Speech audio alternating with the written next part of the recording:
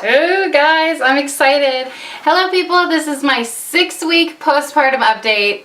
Holy cow, 6 weeks have gone by already. They went by super fast. Okay, so I don't even know how I'm going to start. I have my notes here and I've been jotting down like a few things here and there. Yeah, so they might be all jumbled and stuff, and I didn't write down everything. I know it's hard to figure out like things that are associated with postpartum and then things that are just life. Okay, so I guess I'll start at my 6-week postpartum appointment. I went into my appointment and I've had the same OB with all three of my pregnancies, and just the experience of going into my OB office with the third was so much different than going in 6 weeks postpartum after having my second, and then especially after having my first. After having my first, 6 weeks postpartum, I was dead. Like, I remember, I don't even think I left the house. That might have been the first time I left the house, 6 weeks postpartum. I may have gone grocery shopping maybe once or twice. But yeah, I remember the thoughts that I was having 6 weeks postpartum after my first, and I just remember thinking, oh my God, I'm exhausted. And this time around, I was just kind of like, oh, whatever. Like, I'm not sleep deprived, the bags under my eyes obviously can speak for themselves and tell you that I am sleep deprived, but that's just kind of how I live life these days, you know what I mean? They say after you have kids, like, you never sleep, and I don't know, a part of that is true, and a part of that is just learning how to cope with less sleep and figuring out ways, like we co-sleep. With my first, I didn't co-sleep until she was 3 months old. I finally threw my hands in the air and I was like, I can't do it. I was literally getting like 2, maybe 4 hours of sleep every night, like interrupted sleep. It was the worst. And then after 3 months have gone by, because every night I was like, oh, maybe tomorrow will be better and she'll sleep a little longer. She never slept any longer. So I finally just like threw my hands up in the air when she turned 3 months old, and I was like, whatever, we're co-sleeping. And I nursed her lying down and we both fell asleep, and it was wonderful and magical. And so with my second, I was like, I'm not even trying to put her in a bassinet. We are co-sleeping. So I had a crib next to my bed as like a sidecar kind of thing. And then obviously with my third now, I keep looking out the window because my husband's playing with the kids and the newborn in the back. But this time around, it's full of crap. We were just cleaning out the garage. But we have a co-sleeper there. So it's wonderful to just have them so close to you and be able to nurse without having to like fully get up out of your sleep cycle. So that is nice. Long story short, going in to my 6-week postpartum update with my first and then going in now, it's completely different experiences, you know, so it just brought me back to the days where I was like, oh, this is so weird, like going back. Anyway, side question, do you guys bring your newborns on your 6-week checkups? Because I saw one of my daughter's teachers, she had a baby 2 weeks ago, she had like a 2-week checkup. And I saw her at the OB, we have the same OB, and I was talking to her and stuff, but she didn't have her baby. So I know a lot of women go to their checkups without their babies, but do you bring yours with you? I brought mine because I never know. Sometimes he goes like 30 minutes and then he's hungry again, and sometimes he'll go 2 hours, and I haven't pumped yet. And I do remember with my first, I pumped and I left her at home with my husband.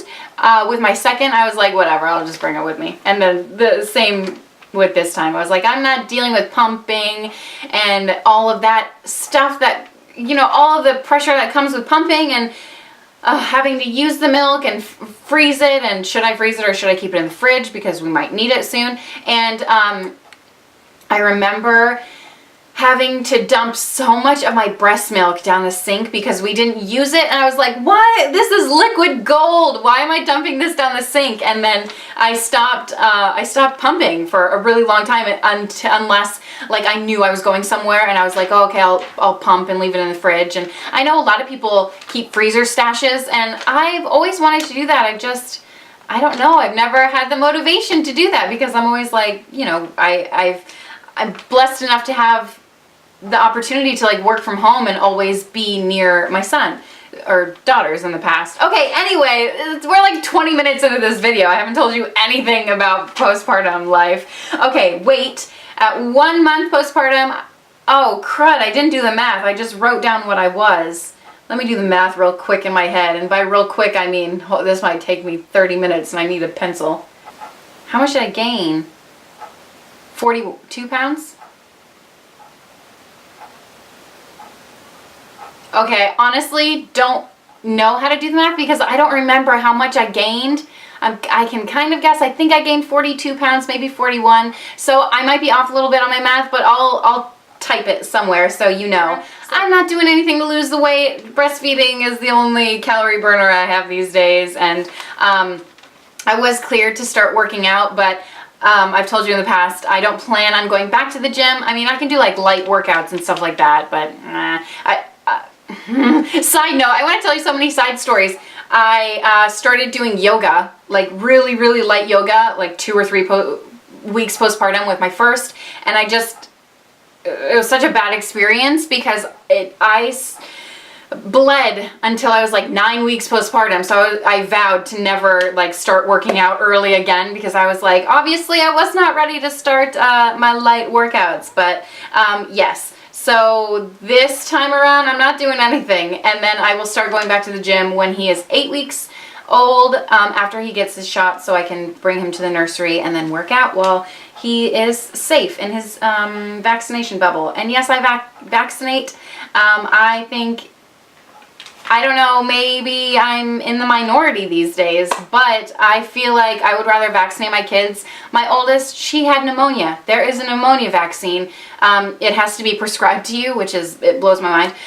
But she had pneumonia when she was 5 years old, and yeah, I mean, just witnessing my daughter go through that struggle, like full-blown pneumonia, having to everything involved with that. I didn't sleep for weeks. Literally, it took her months to get over it. And I was like, I would never want to see my child suffer like that again with any kind of preventable disease or infection, anything. So yes, we vaccinate here, and I'm definitely okay with telling you guys about that. So, oh my god, this is how far I am on my notes, like not even down the page. Okay, let's go. Okay, my bleeding stopped about 2 weeks postpartum, and like right when I turned 2 weeks postpartum, it was super light, and it's been spotty for a couple of weeks after that, but for the most part, it's done with. Sleep, Wentworth sleeps great. On me, he slept really great. Oh, for like a week straight, he was waking up at 4:30 in the morning. Oh, that was rough. He would fall right back asleep after about 30 minutes after I changed him and nursed him. He would fall back asleep, but I wouldn't. So I would be up for the rest of the day. Yeah, no chance to like nap or anything with the kids. And my husband's really good about taking the kids and giving me some time. But yeah, so for a while, I woke up at 4:30 in the morning. Oh my gosh, I felt like a zombie. And there was one day in particular, it was probably toward the latter end of that week where we were getting up at 4:30 in the morning. But I sat on the toilet seat. Like I went to go to the bathroom and just sat on the seat, like the closed lid of the toilet. I was like, oh my gosh, I need a nap. Like if that doesn't tell me that I am sleep deprived, I don't know what will. Okay, so now Wentworth sleeps a little bit better. We have kind of a routine going on. It's very loose, but he's better about sleeping on his own, and he's a belly sleeper, which, whatever, they go back and forth, like, don't sleep your baby on the belly, and do sleep your baby on the belly. Whatever, like I'm gonna put him on his belly if that's how he sleeps for a long period of time. I do put him on the boppy pillow, and obviously I stay in the area so that he's supervised when he's on his belly, but he'll sleep for a long time. And at nighttime he goes to bed at like 6:30, sometimes 7:30, around there. And then I have the rest of the night, and during the mornings he will sleep in his swing, and I have a couple of hours to like clean the house and get stuff done, and it's wonderful. So that has been really nice, but it took us a while to get to that part where he was sleeping well. How is my mood? Oh my gosh. Okay, I wrote this during 1 month postpartum. Now my mood is like fine. And I also encapsulate my placenta. I feel like that is helping a ton, stabilizing my hormones and keeping my mood, you know, stable and at ease and mid-range. But there was a couple of days where I think I didn't take my placenta capsules and I cried during a Starbucks commercial. What? Like full on like, I was like, oh my gosh, a Starbucks commercial, what? And then what else? Oh my gosh, I started watching The Biggest Loser because at nighttime when I'm like putting him to sleep, I have something just playing on the TV. And yeah, so I've gone through like all the shows that I actually watch. And so I was like, oh, Biggest Loser. I remember watching that a really long time ago. Look, that show is so good. I cried during The Biggest Loser too. I was like, oh my gosh, maybe I need to take my placenta capsules. I cried watching someone's YouTube 2017 like yearly goals. Cried again. My Wentworth is crying right now, so I need to kind of wrap this up. What else? Oh, I painted my toes for the first time postpartum without like the big basketball belly, and I was like, wow, I can reach my toes. So that was a wonderful experience. Okay, on to Wentworth. He nurses to sleep. Whatever. Like, what are you gonna do? Sometimes. Most of the time, he nurses to sleep. Sometimes he'll just fall asleep, whatever, which is nice. Oh, and I will say, we go on like outings and stuff. I have a carrier for him. Wonderful, wonderful thing. I have a Mai Tai, if you're wondering.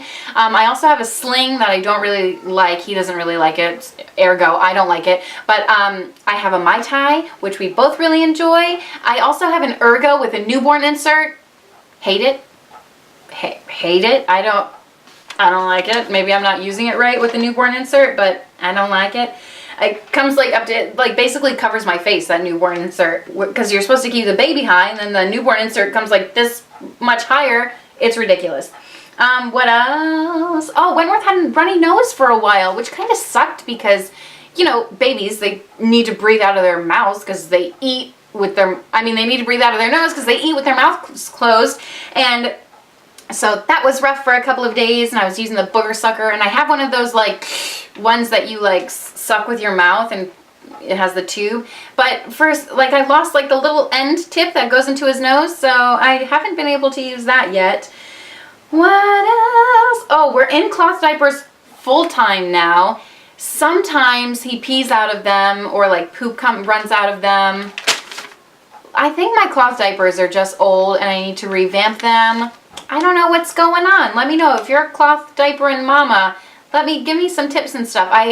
Like the absorbency is good.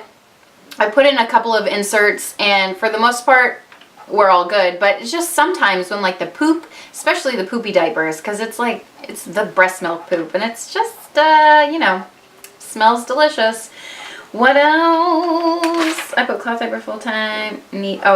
Someone suggested I get hemp inserts, and I'm thinking I might do that. Wentworth likes the upward position. He loves to like live on my shoulder for the most part. If he's not living, you know, hanging off my boob, he's hanging off my shoulder, which is nice. He loves to swing, sometimes hates it most of the time. Doesn't really like his rocker. He doesn't really like the little bouncer seat that we have. He doesn't really like anything except for me, which I think is totally normal for a newborn. So if you have a newborn and you're like, why did I buy all of these baby gadgets? Because my baby hates them all. I hear you. My first hated everything. I was like, why did I buy all of this stuff? So obviously with this time around, I didn't buy all that stuff. I had a swing and I have a bouncer. So, you know, I had the stuff, but yeah, he's still like, he doesn't enjoy them. I put him in them, doesn't love it. Oh, and he hates the car. I say hates, but really it's a love-hate thing. Like sometimes he'll be really good if he's sleeping. And sometimes if it's a short trip, he'll be good just like looking out the window and stuff. But for the most part, I just think it's normal for newborns to not want to not be near their mom. You know what I mean? I think that's really all that they want. So if you have a newborn and you're dealing with these struggles, you are not alone, my friend. All right, so that is everything postpartum. I hope I covered everything. If I didn't, whatever. We might do a 2-month checkup. And I know you probably just want to see the baby. You don't want to stare at my face this whole time. So I will show you Wentworth. I'll get some clips of him. And yeah, he's getting pretty strong. Oh, he has 2 strawberry marks. So they say strawberry marks aren't like you don't pass them down, like they're not genetic, but I had one growing up. My sister has one. Her son has one, and then my half siblings don't have them, but all three of my children have them. My one daughter has one straight on her bum. It ruptured when she was really young. And then my second daughter has one right near her eye. A lot of you comment and ask, what's wrong with her eye? What happened? Is she okay? And it's just a birthmark. And the strawberry mark, it's called a hemangioma. They eventually fade over time. So what happens is they get big, and then they eventually turn like gray and then skin tone color, and then they start to fade. I had one on my belly. I literally can't even like see where it was. And yeah, so Wentworth has one right on his chest right here, or it might be higher. No, I think it's lower. And then on the other side on his back. So yeah, he's got them. Whatever. It's like a cool little birthmark that I can tell, oh, that's my kid, you know what I mean? So anyway, that is everything. I'm sure this video is like 30 minutes long by now. Sorry, I can't help myself. So I will see you next time. Bye. Thank you guys so much for watching. Oh, P.S. My birth photographer, this is my like YouTube notebook with video ideas. My birth photographer finally gave me back my birth photos, so I did post my labor and delivery vlog, woo, which went up on my channel like, I don't know, I feel like 2 weeks ago now, or a week and a half, or a week, maybe 3 weeks, whatever, I don't know. But yeah, 4 weeks, so 2 weeks ago it went up. Oh my gosh, I can't even think. I'm just gonna stop. Bye guys. Hi there, what are you doing? Hi. Hi. Just love it so much. I do.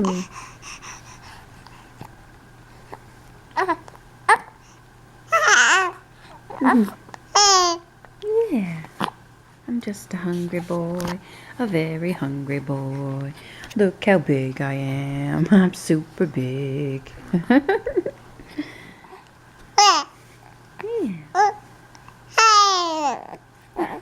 Hi there, buddy. You want to say hi to everyone? Yeah, you want to wave? Hi. Oh, there he goes. He's very advanced. Oh my goodness, God bless you. You want to talk to me? Hi. Oh, hiccups? That's fun. Yeah.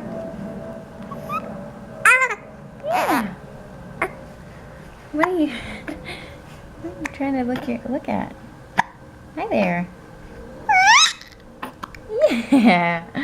What did you dream about? Dinosaurs and monsters? Really? Yeah. Okay, so I got him on the changing table right now. Hey, buddy. So this is one of his strawberry marks. It will probably grow to be bigger than that. That's just how it starts out. Yes, it is. I love your little cleft chin. Okay, and then his other one is, let me try to roll him over. Oh, it's right there. My finger's over it. Right there on his back. Pretty cool, huh? So you've got two. Okay, you want to say bye? You gonna do this? Oh yeah, see that wave? He's advanced. It's over. Too bad. A Lara bar. This is a new discovery for me. These are delicious. Evelina has not had one yet, so we'll see if she likes it.